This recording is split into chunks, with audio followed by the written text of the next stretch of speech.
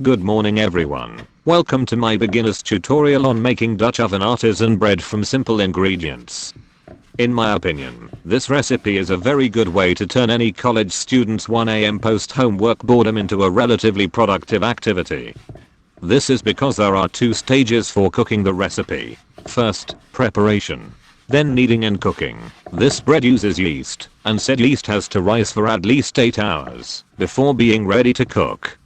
I use 12 hours, so that I can have my midnight existential crisis, and have something to wake up to 12 hours later that gives me instant gratification. Anyways, with all that said, here is the list of ingredients and utilities required for the preparation stage. I hope you enjoy the video.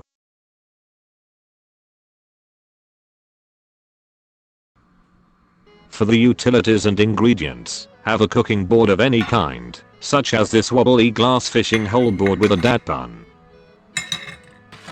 All-purpose flour, which you will need 3 cups of. 1/2 teaspoon of fine sea salt or kosher salt, if you are rich. Yeast bacteria of any kind. This reishmans is from Publix, and comes in yellow packets. Use 1/3 teaspoon, or whatever the cool kids consider a pinch these days. Medium size bowl, this one's clear, because it was cheap. Next you need a mixing spoon, I use this big wooden one.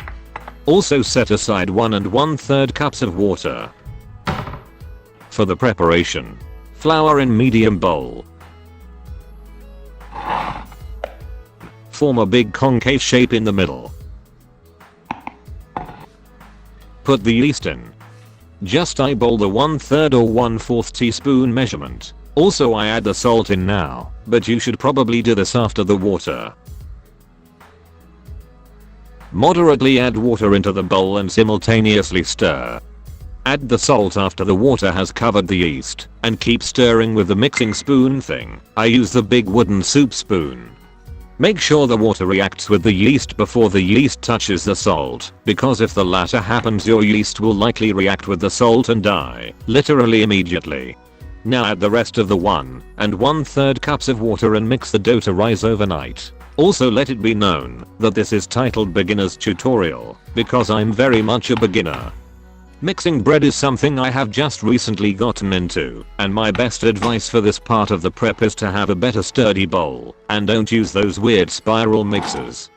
This is because the dough coagulates instantly, making it impossible to pick out of the mixer. Anyways.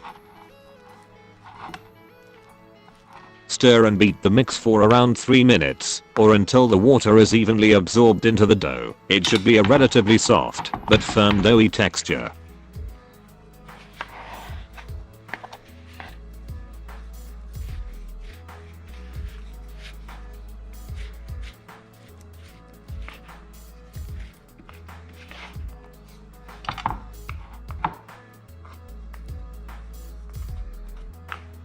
As you can see, the dough is becoming properly consolidated, and it is consistently thick.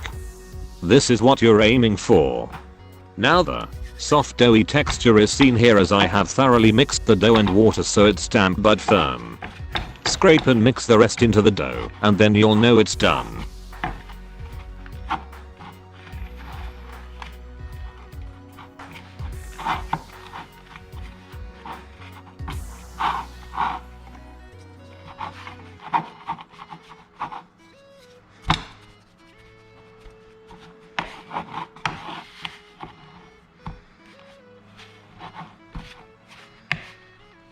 I add a small amount of water here on the bottom of the sphere, because I hadn't reached it with a spoon. Everything is aiming for this doughy consistency.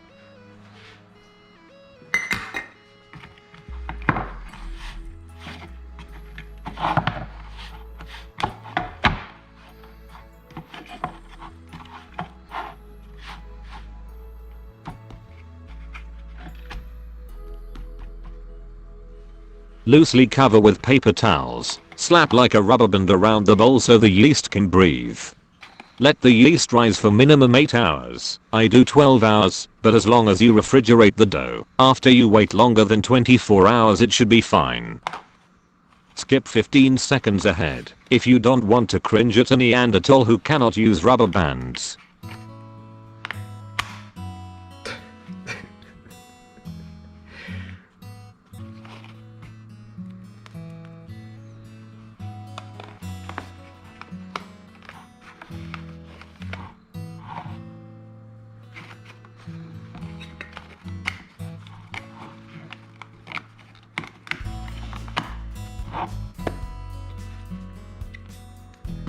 That's all for the preparation stage. Just store it on the counter overnight and now it's onto the kneading and cooking.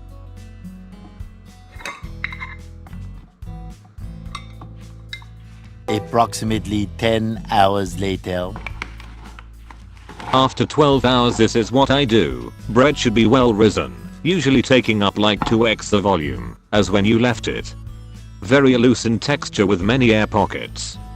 Flour up a board of some sort. Make sure the board is bigger than you think it should be, unless you don't care about getting flour all over the counter. Also I said goodbye to the fishing hole because it was too wobbly for kneading bread. Take a spoon or paddle of sorts and scrape all of the dough onto the board for kneading. Take a sheet of parchment paper and put it over the bowl once it's empty to come back to later. I knead by flattening the dough a small bit, flouring the edges of the dough, and folding the edges inward. Do this over and over or just knead until every damp spot you can find is doughed up to where it isn't damp. Only using a pinch of flour each time you fold should keep the bread from being too floury. Fold all the edges inward once more, so the dough turns into a flat semicircular surface on top with the foldy parts on the bottom. I'll let you watch my movements for a while here, as they are pretty hard to describe without a visual example. Once again your goal should be to very lightly flour the entire mix evenly and fold it around into a mushroom shape. While we wait, let's talk about the Dutch oven. This artisan bread requires a Dutch oven because the cast iron retains oven heat evenly throughout the lattice. This means any odd fluctuations of heat in the oven will not disturb the bread cooking because the Dutch itself is still as hot as it began. More on that later. Also the shape of my Dutch is perfect for this measurement of bread after it is shaped and folded. Additionally, similarly to the rest of my ingredients and utilities, my Dutch oven is cheap. $40 for a big heavy cave of cast iron. The only downside to a cheap Dutch is usually the bottom does sear my bread a bit more because it isn't being easy on the parchment paper. You'll see how superficial this effect is at the end of the cook. Very much worth the money saved. Anyways, let's get back to the kneading.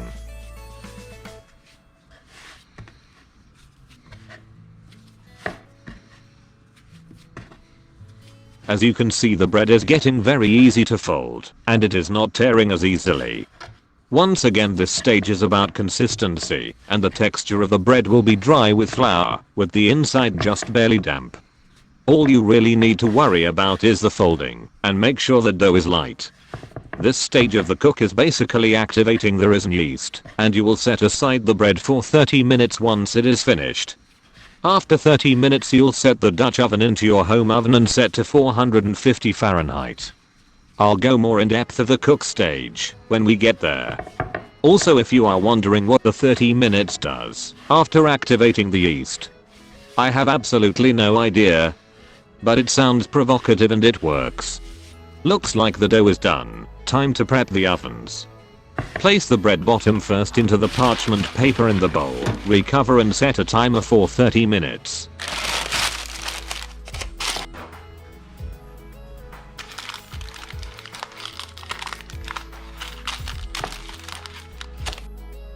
Timer is almost done. After 30 minutes, take your Dutch oven and heat it into the larger oven. Set the oven to 450 Fahrenheit so the Dutch heats with the oven. The goal is to have the cast iron thoroughly heated equally so oven temperature fluctuations don't interfere with the bread cooking like explained before. Now you're ready for the actual cook. Also, this is where you can add your scents or perfumes if you wish to flavor the bread. Common ones are ginger, lemon, and today I used rosemary from my garden. Yes, we have rosemary because Florida is lovely in dead winter.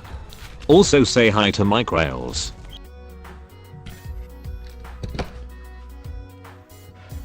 Once the oven is at 450, put on oven mittens.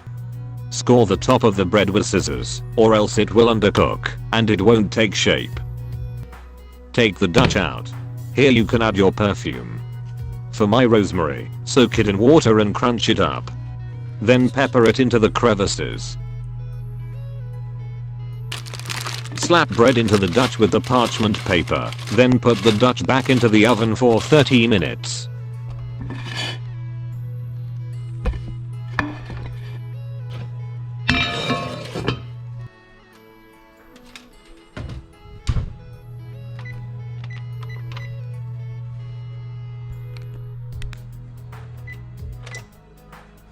After 30 minutes the bread will be cooked, and depending on how much flour you used, in kneading it will be anywhere from pale to golden brown.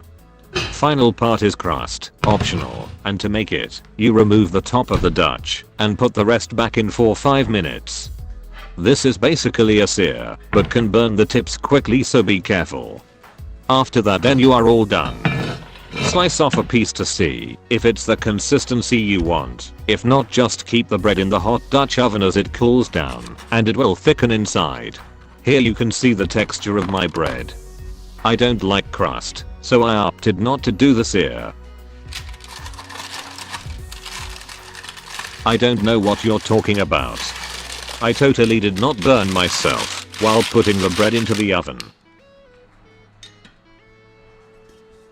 Also, I mentioned my Dutch oven will slightly overcook the bottom of the bread, and you can see the only detriment is the bottom is just a bit harder to cut through. The overcooked layer is so thin it changes nothing with eating the slices.